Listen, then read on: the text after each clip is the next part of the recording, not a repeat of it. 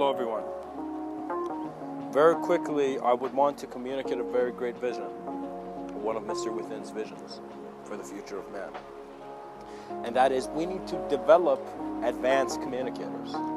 Advanced communicators is a term Mr. Within has come up in suggesting how when the human being pays attention to his experience and to the nature of his being to see what clarity means, he will open to systems of abstraction and existential intelligence that are different than rational thinking. It's as if logic was a realm of intelligence that was not utilizing emotion that much. But once you go within your emotion and confront the whole spectrum, you become an ability which is creative, which is embracing things in a new chaotic manner as you are building the greatest order with your every step. So advanced communicators become those human beings, and every human being has an experience of advanced communication. What that means is throughout their day, there are moments where the world stops and they're just learning from life. So similarly, advanced communicators are ones who are bringing more of their knowing. It's as if you are not building your personality as an idea. Your personality is being built based on naturally what is emanating and expressing from you. So you begin thinking of working with yourself, not in the sense that you need to go read something to then fix your problem or go therapy, rather than existentially confronting what you are and working with the creation that is present. That means that I do not say, regardless of the suffering you go to, I do not think that a person is lower or lesser in ability. When you realize existential ability, every self-aware being has it. So what that means is even that kid suffering in the worst condition was aware of some existential relevance, and he was learning from the whole experience. Once you acknowledge people as moments of being, you will listen to their voice because you will be aware of the world through the emptiness in which you know life is. What that means is all nervous tension and stress comes from a lack of self-observance. And be self-aware, and immediately, just like dust on your shoulders, you get up, all your problems will fade. Because your intelligence and the effort and intensity of life working with you in the moment has just been made aware of. You're not alone.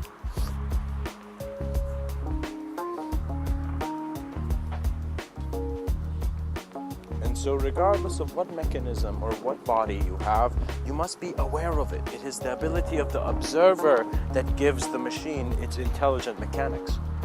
So you're the observer within, finding Mr. Within is the most crucial thing to realize from your reality. Moments in which your intelligence and your communication is advanced. So what that means is you're no longer thinking about what to say in front of others.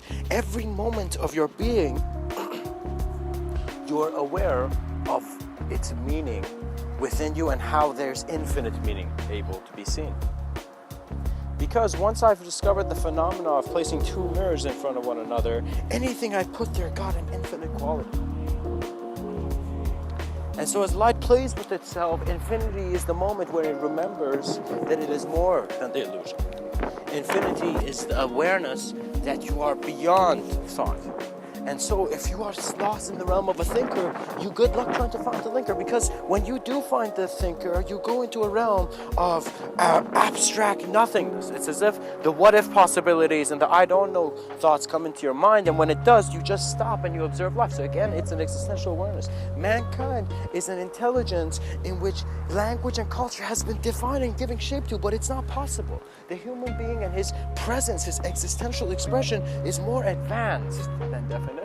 And that's why advanced communication will lead the minds of the Western world to their understanding of their realization. You need to realize it for yourself. You do not need to follow one story, but to get inspired from that story, to see that the whole point of the story is look at your life and see the relationship of everything within everything. And as you do, the depth of a wise man comes to you, and perhaps the beard of one as well. Do you know? Because it's not that the wise man forgot to shave, it's just that he stood there in complete acceptance of every manifestation of life, that his observance immediately took him to a clarity where he respected things as their presence. So what that means is if you go to an empty room, you're like, nobody's there, I do what I want. But if you go in an empty room, you realize that the ideology of people is still around you. The ideology of other worlds is around you. And so it is your ability that shifts you out of limitation. It's your limitless observance that does it. And so observance is unspeakable, and so go find what direct experience means. And remember, it is beyond a formed relationship. It's beyond information. So when you're getting new information even, or regular information, it doesn't matter. Just be aware of what you are receiving. So the way you are hearing this talk, be aware of how this talk is meaningful and just dissolve it into the core of your knowing. And so advanced communicators will begin being people, human beings, who are so comfortable in this plane of existence in that they are constantly being inspired by the life around them. When you're inspired by the life around you, externality flows well. So what that means is when you look at a cause, more than your just individual cause, you feel as if there's an upliftment. You're doing something more. It's because innately we all know we're temporal beings and we want to contribute to the human race. And so we are. That's the intelligence of our existence right now. We know, and mankind has known, that love is the way, literally it's a path to a world that is compassionately growing. If a world is not compassionately growing, time and space will be touched as if they are they're objects you can play with. People would segment their experience of time and space, and so you're late, and that guy's late, and that's not true, and this is true, and this is what not done. All beliefs are in the domain of a box in which we call space and time. Once you meditate on space and time, you immediately become aware of your transcendental nature as a being. And so you are multidimensional in that nature. And what I'm communicating is that in being aware of how your communication is advanced in nature, you are receiving more out of your moment of experience. It's no longer saving the world. It's out of how do I enhance the quality of my moment of experience? And you need to take your initiative. So we got to make some kind of path similar to meditation, transcendental meditation, in which you become aware of who you are. And then as you wake up, then you take the existential responsibility of going to where life needs you the most. Your heart will lead you. And so you must leave space for devotion and create very playful, really conscious relationships of this life being more than just emptiness. So what that means is there are different views. When we come to the Western world, I've noticed, what Mr. Within has noticed, it's as if the world is in emptiness and man is the only intelligent life here. Right? It's as if we're all like, okay, we're here, and there's nothing there, it's completely empty. But it is after some point you will begin seeing that emptiness, if you take that as an axiom, your whole reality will be based on something that there's no value in. So you're like, okay, everything I'm doing is empty, so I don't care. And you just roam around like something that literally has cut off all value.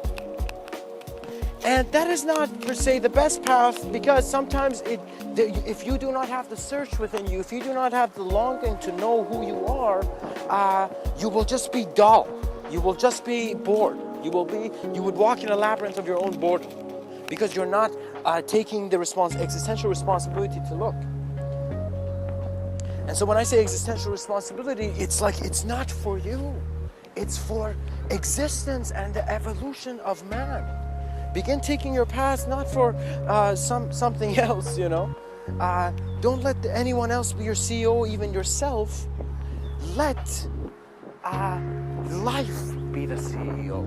Let your reception of this natural world be your guidance in how you must behave in every moment, and let that expression manifest.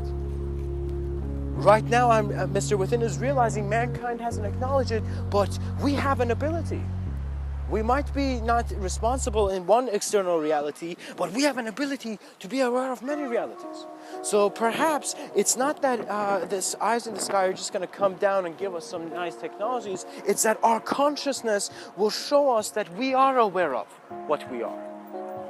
So it's as if existentially we have the connection to know of any other presence, because we are being aware of the moment of creation of the holographic projection of that which you are considering your world. So when I open my eyes in the morning, I'm seeing this world, right? My awareness of this world is now shifted because I know that it is a dynamic process. It is not just a snapshot. The snapshot method makes the world something we can talk about. The video sense of the dynamic sense of realizing what life is, it's an infinitely expanding definition. So who are you judging? Who is being judged? Who is there to be guilty when you're shifting, when you're changing, where one day you're a sinner and the next day you're a saint, and you're realizing this existential intelligence is still continuing because it knows it's more. Beyond the world of spectrum that we create, we can collapse our illusion and immediately walk into our greatest knowing. And you will give this ability to yourself by recognizing and looking at life. So don't think about this. Just go in life. Go in nature. Go by a tree. I hope you go close to a tree where you can examine the design of the tree as well. And just sit in front of the tree and meditate. And when I say meditate, don't do anything. Be still, silent, and be aware of how you're alive and what's existing and what you're seeing. Be an honest explorer of the unknown aspects of your reality.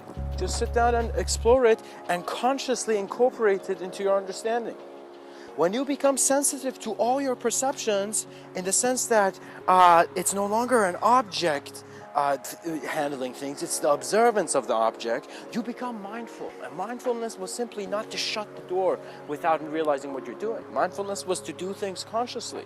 And that is one of the greatest practices in Zen Buddhism, that if applied to the Western world, it would enhance the world. Mindfulness means take another look before you do it. There's a valuable Zen story in which a thief goes to this monk, this Zen realized enlightened master, and he tells him, I'm a thief, I've been doing it for 30 years, don't ask me to change, but give me some kind of realization, So the Zen master looks at him, and his breathing, it's as if like his breathing is so calm, as if he's heard the guy from before. And he simply tells him, the Zen master tells him that the next time you're about to steal something, just stop and take another look at it. And so the thief's like, fair enough, that's pretty easy. And so the next day the thief, his name being Robin, he goes to the Imperial Palace, and when he goes to the Imperial Palace, he steals something of such great value, and it's a golden thing. It's as if it's an achievement for a thief. So what he does, and he goes there, and right when he's about to take that golden object, he stops, and the Zen master's voice just says, put it down and look at it again. And so he puts down the object and looks at it. And it's as if, it's not that he suddenly doesn't become a thief. He gets the realization that for 30 years his whole life has been based on getting a metal stone. Getting a stone. It's as if it just hit him that his whole life is survival. He thought he couldn't do anything else but to just get stones, shiny stones from people. And so suddenly that man got awareness, the thief got awareness of dimensions of his mind where he saw stealing was stealing from yourself, because your greatest contribution is for others. You care for others, and that is why we live. Because after you've studied yourself, you will realize the beauty of others. It's as if before I was looking at other as an idea, so I didn't really care about other ideas, But then suddenly, experientially, my mind went to a point where I recognized that is the illusion of the person who has not explored the nature of his being, the nature of his vision. And once you do, it shifts where existentially you realize every manifestation here has a right to exist. Before we even put emotions and give it life, everything can exist materialistically. It is an allowance of the plane. And once you work with these platforms of knowing, you will suddenly see the illusion won't be created anymore. It's as if you know it, so it's not going to happen to you. Because you know it. You just know it. You're working with your own system of knowing, which has non-linear aspects. The non-linear aspects require you to take care of your intuition and be aware of your intuition and just go into very harmonious and blissful states of observing life holistically. And also the other aspect is your individuality in regards to how you maintain yourself as an idea, as a person in the society, and wherever. So what that means is it does not mean that you're throwing away the ego, it's the handling of the ego, but first you're cultivating the inner observance of what the nature of reality is. And you're growing and cultivating and working with your own knowing. So the greatest thing you can design or the greatest thing you can create is not artwork or some theory or whatever.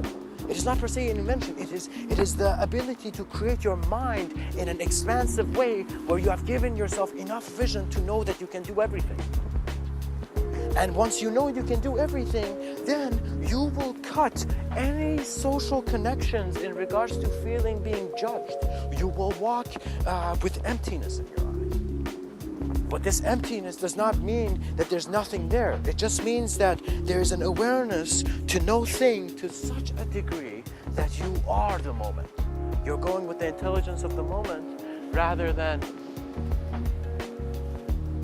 the intelligence of the individuality. And this is where the mystic and the yogi understood, where there was the search for depth in life.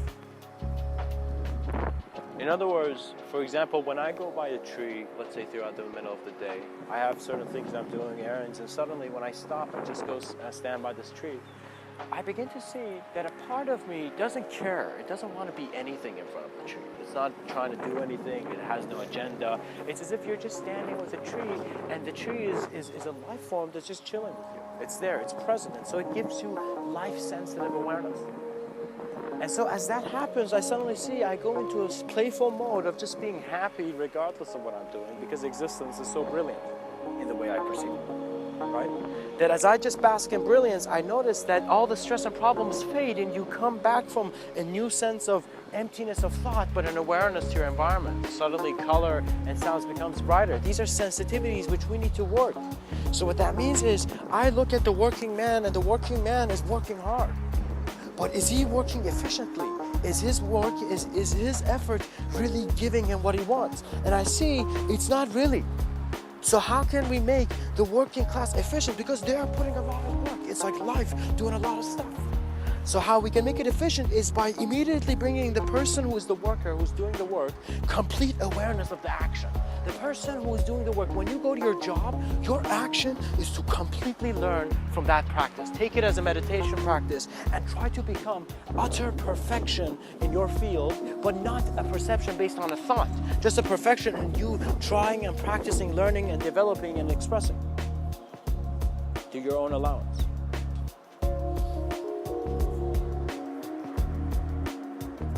And at the same time, the working man needs to realize that the time you get off, it's not you're going from one job. One job is your normal day job. Right when you get off that, suddenly your next job begins. When you go back to your home and family, this is where you must contribute your new understandings of the day in written form or in verbal form, as I'm doing now, or in any other manner, because you are creating a portfolio known as your life's work. And your life's work is the greatest gift of the advanced communicator, because it is an accurate, authentic, clear communication of what you perceive as a being. Right now, we don't have technologies that can immediately record your whole life and play it back for you. Right? We have it as consciousness, but not in this external plane in that sense. Even though the idea is a seed, which will one day sprout. You need to see that man is aware of man in many ways. And in one way of being aware of man, there is no separation in your experience. And so your communication is advanced because by you saying something or by you receiving something or you being aware of that in depth of communication that you have normally, it's as if you are seeing how the simple was always on the edge of the complex. And so it's as if it was two lines meeting at the same point. And if when you were aware of the point that you are, you were the connection to many planes of understanding. You were the edge of many worlds. And so you would find life even telling you, go and do your greatest work. When you get rid of the obsession to constantly use the word I, like I want this, I want that, you Stop for a second and in your silence realize you don't need to communicate in a way where you're creating yourself as an individual who can be touched. That's degrading your presence by you saying, I want this, I want that, I want... Do you see that? That is saying the idea of me wants this, so the idea of me should get what it wants. No. You are an experience, and when you communicate clearly, there is then authentic awareness into what needs to be done from both terminals.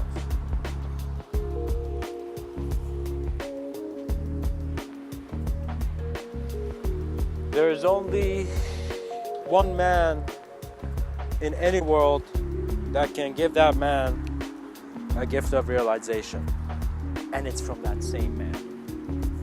Only you can experience yourself beyond the self that you know.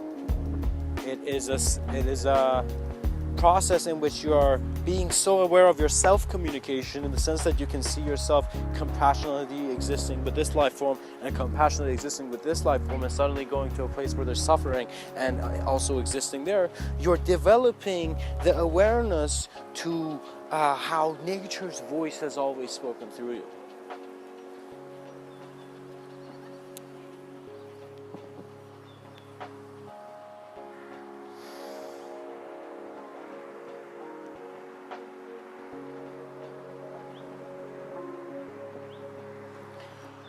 As mankind realizes that we need to develop advanced communicators, we immediately realize that we need, every human being needs to right now establish honesty. You need to put effort in creating honest connections and trusting life in a system that for many years has not trusted life.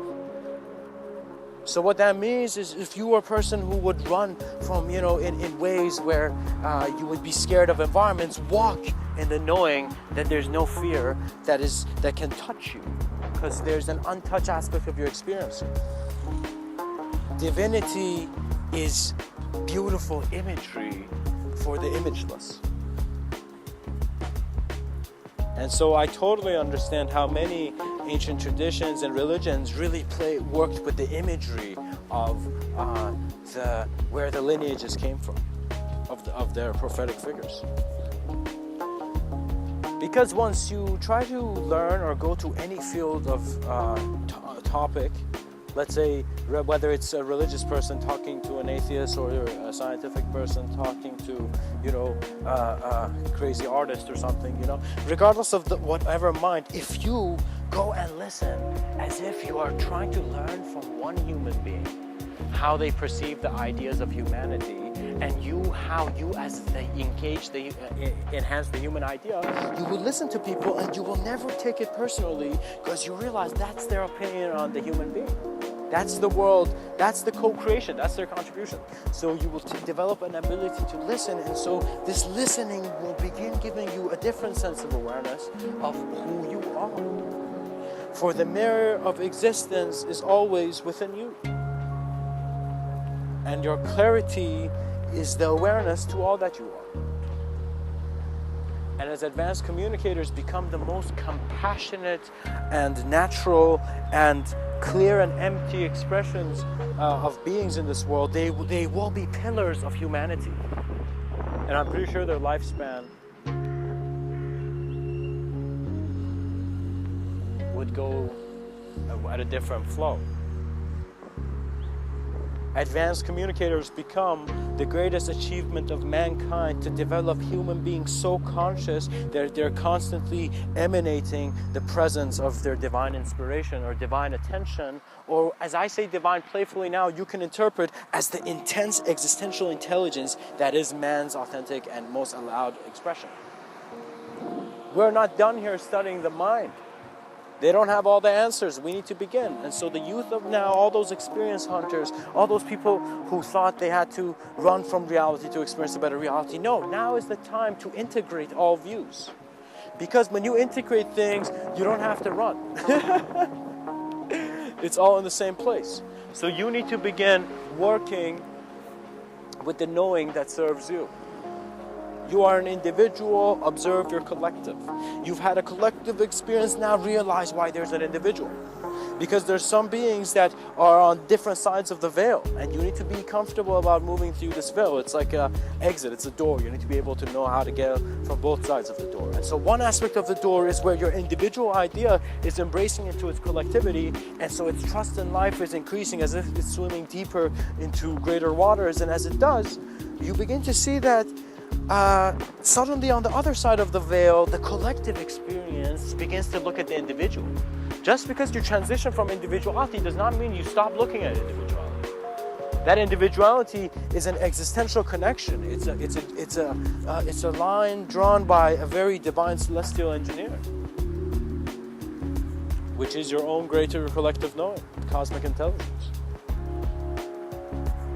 You will see that poetry and art and creativity creates the madness that builds all those structures that did not serve, and also some of those that served. But in doing though, it is creating space for man to build anew. And so we must be tolerant of all human experience. But also we must have the communication and the advanced ability, the advanced communication to conduct environments of life well.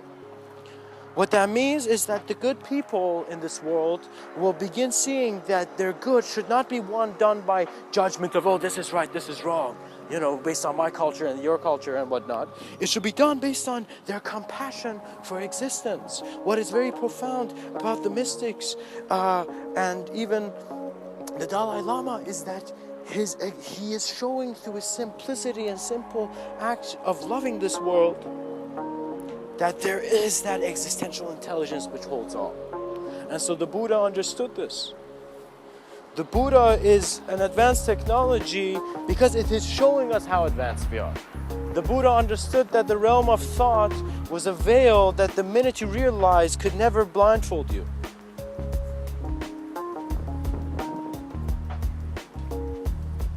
Some have said we're made of star stuff. But when you look at star stuff, you will see we are made of nothing. And in that nothing, we are our own existential allowance to omnisciently be everything. Your greater experience is not something that needs to be in a hierarchy or something that needs to come to you after you've done a certain thing. You know, you don't need to make a story out of your conception of past lives and future lives and wonder what needs to be done. Even though some of that stuff may be real to you, and I'm not devaluing it, of course. Because who you are is your story may be totally relevant and real and needed. But regardless, the awareness of man will develop advanced communication by being aware of the advanced communication it is. Pilots of consciousness will rise. Pilots of consciousness will be those human beings who are so aware of their plane of existence, they will be intermediaries in communicating many abstract communications in subtle realms. So what that means is, let's say if something was coming towards the earth, we'd have some people looking at it normally through the certain range of senses we have, and we'd have other observant beings looking at it with through their subtler planes as well, so there's abstraction. So what that means, a small meteor can begin having form for another person because he is more aware to his subtler realms, in the sense that he's being aware that we are not one-dimensional, we're multi-dimensional, because the emptiness cannot be conceived of us. We cannot say life is empty, but we can know it has life. And this is where the seeker is reborn into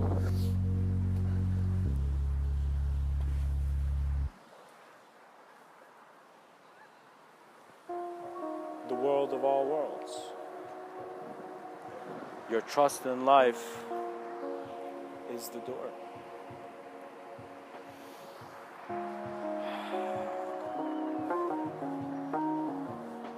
Much blessings, and always pay attention to the flow of where everything in your life is leading to. It is okay and it is healthy to have a holistic view and just be like, okay, where is everything in my life going? Let me observe this deeply and see what I can really receive from it.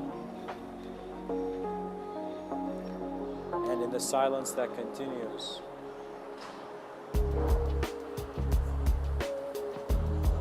your voice will never go on.